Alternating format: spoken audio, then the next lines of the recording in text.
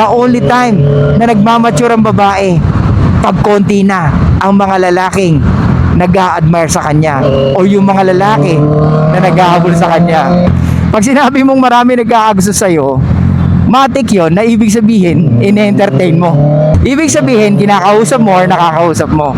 So, ibig sabihin, ikaw mismo, hindi mo talaga alam kung sinong gusto mo. What's up mga tropa? So, meron tayong pag-uusapan tonight. Of course, yung post natin na maraming nako-confuse. Nasaan ba yun? Andito yun eh. So, naalala nyo to, mga tropa? When the date is going well, but she says, many guys wanted me, but I chose you. Tapos syempre yung lalaki nag-goodbye. Kasi nga, alam niya na may mali. Tara, pag-usapan natin yan habang bumabiyahe tayo. So yun mga tropa, marami nagko-comment about dyan, especially mga babae, na wala naman daw masama doon. Kasi pinili nga siya. Kasi normal naman daw sa babae yung maraming options at maraming kausap na lalaki at maraming may gustong lalaki sa kanya. Well, totoo naman yun. Pero iba yung dating sa mga lalaki nun. Lalo na kung yung lalaki may game na, di ba? Kasi ladies, ganito, mas mahalaga sa amin or mas attractive sa amin yung mga babae na tahimik lang, hindi exposed sa social media, at higit sa lahat, yung hindi bumilang ng lalaki sa buhay niya. Kaya kung sasabihin mo yun na marami kang options at pinili kita, ibang usapan na yun. Kasi kung marami kang options at ako ang pinili mo, ang dating sa amin nun, hindi ka gusto ng mga lalaking options mo. Hindi ka pinili ng mga lalaking sinasabi mong options mo. Para sa amin, last option mo kami, or kami yung pinakadulo sa roster mo. Kasi yung karamihan lalaki na option mo, hindi ka pinili, or pwedeng nag-open ka ng legs tapos hindi ka pa rin pinili. Tapos since kami, yung parang nakikita mong pwede na mabait, willing magbigay ng relationship, kami na yung pinili mo. Once na marami kang options, hindi namin mafe-feel na talagang kami yung gusto mong piliin. Oo, normal sa babae na marami kayong options, maraming lalaki nagkakagusto sa inyo. Pero ulitin ko, iba nga ang dating sa aming mga lalaki pag maraming options ang isang babae.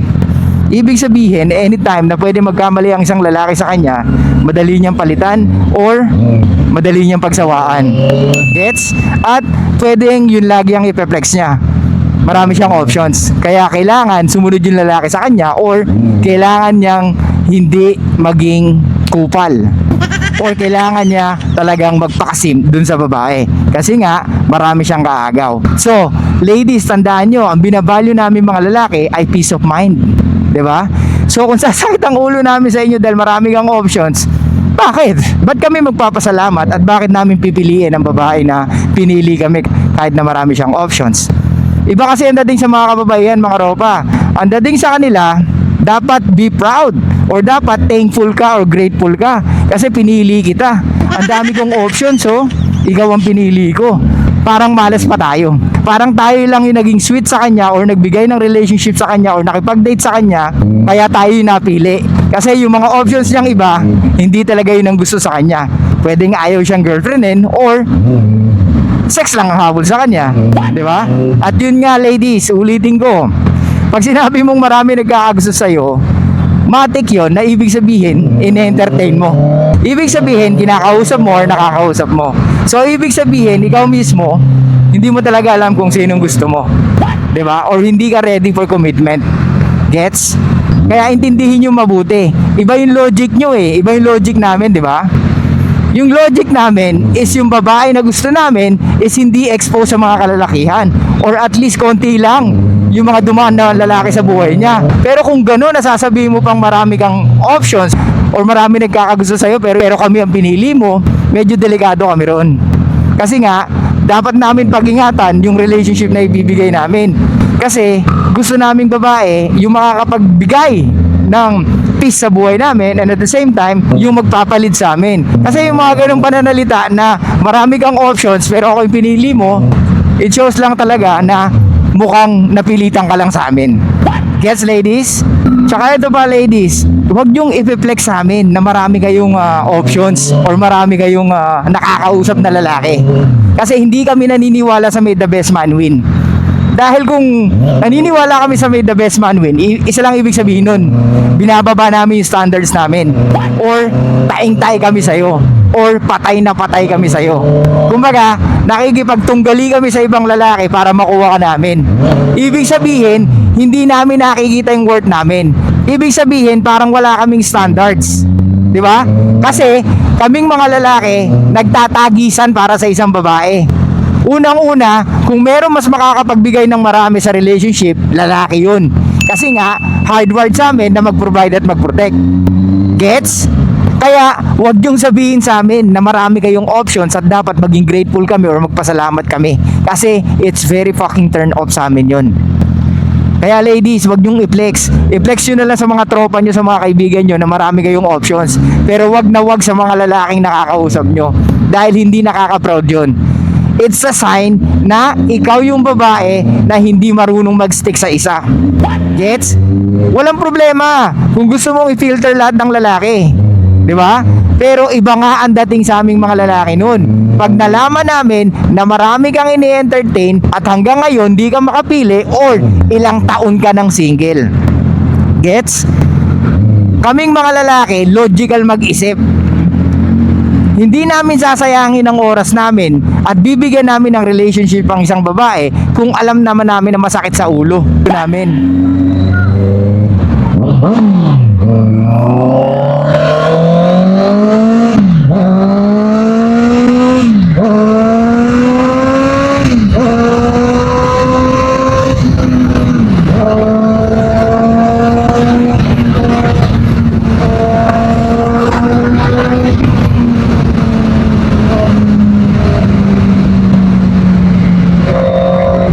So ulitin ko ladies, hindi namin pipiliin ang mga babaeng maraming options. Yes, oo, maganda ka, sexy ka, hot ka, normal sa'yo na marami nagkakagusto. Pero hindi lahat ng yon ay magbibigay ng relationship sa'yo. Ganyan ang thinking naming mga lalaki. May mga lalaki, okay sige papayag ako, mag-i-invest ako kahit papano. Pero alam ko sa sarili ko na hindi ko tutuluyan to. May mga ganong mga lalaki. Kaya nga ladies, pag nakakita kayo ng lalaki na talagang ayaw kayong pakawalan at mahal na mahal kayo, ingatan nyo.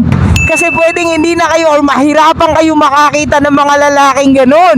Alam ko, kasalanan din namin. Why? Kasi hindi naman kayo na-attract sa ganon. Kasi walang thrill sa inyo pag ang lalaki naghahabol sa inyo. Kaya very understandable yun. Na kung sakaling sa umpisa gustong gusto nyo siya, tapos yung lalaki biglang nag-switch sa pagiging simp niya, alam namin, pwedeng mawala or pwedeng mabawasan ang interest nyo sa amin. Or bandang huli, mawala na kayo ng thrill sa amin. Alam namin yon. Kaya nga diba, ang reklamo nyo lagi is yung mga bad guy, hindi naman yung mga nice guy. Diba? At yung ibang lalaki naman na gustong magpaka-nice, akala naman nila kaya nilang i-retain yung babae sa pagiging nice nila. Mga roba, hindi. Gumising kayo. Nanggagaling lang sa ideal relationship na iniisip nila. Pero ang totoo, pag nandyan na yung lalaking nice, yung lalaking willing magtaguyod or magbigay ng relationship, inaayawan nila. Yung sinasabi nila na, girl, piliin mo yung lalaking mahal na mahal ka. No, it's not. Sinabi ni Mariel Rodriguez, piliin nyo yung lalaking dapat mas mahal na mahal kayo. Hindi yung ikaw na mas mahal na mahal mo siya. Huwag kayong maniniwala doon, ladies. It's a fucking trap. Why? Kasi nanggagaling kayo sa emotions nyo. Pag ang lalaki mahal na mahal kayo, or talagang lagi nandyan para sa inyo, o yung predictable na yung mga galaw niya, nauumay kayo. Kaya ngayon nyo sabihin na mali ang sinasabi ni Suplado Moto. Ngayon nyo sabihin na ang gusto nyo mahal na mahal kayo. At eto ba, pag mahal na mahal kayo, nawawala yung thrill sa inyo. Kasi nga, uulitin ko, nagiging predictable yung tao na nagbibigay ng relationship sa inyo. Ayaw nyo ng ganon. Mas gusto nyo yung lalaki na hindi nyo alam kung saan ilulugar yung sarili nyo. Di ba?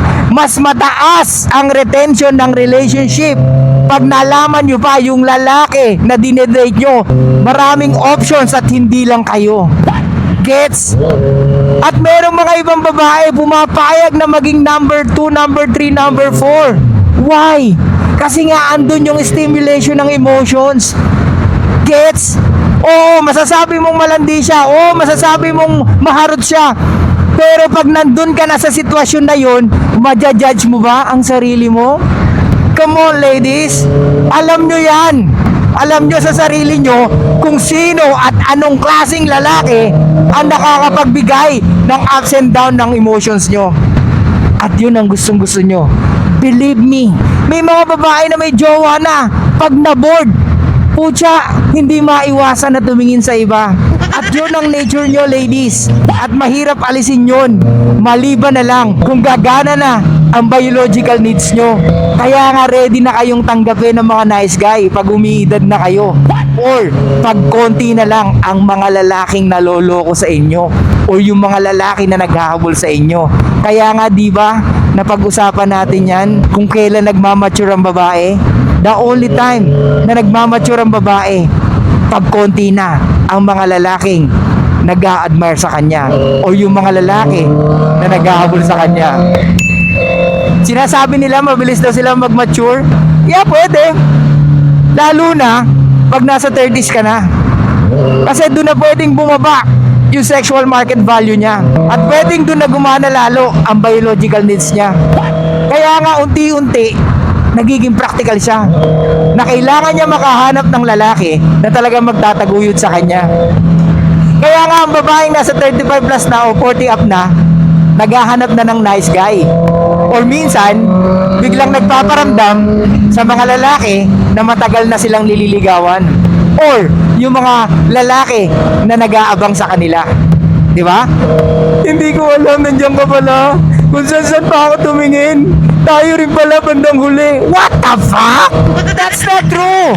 Kaya Ropa, kung ikaw yung pinili niya bandang huli, hindi ibig sabihin nun, mahal ka niya o gusto ka niya.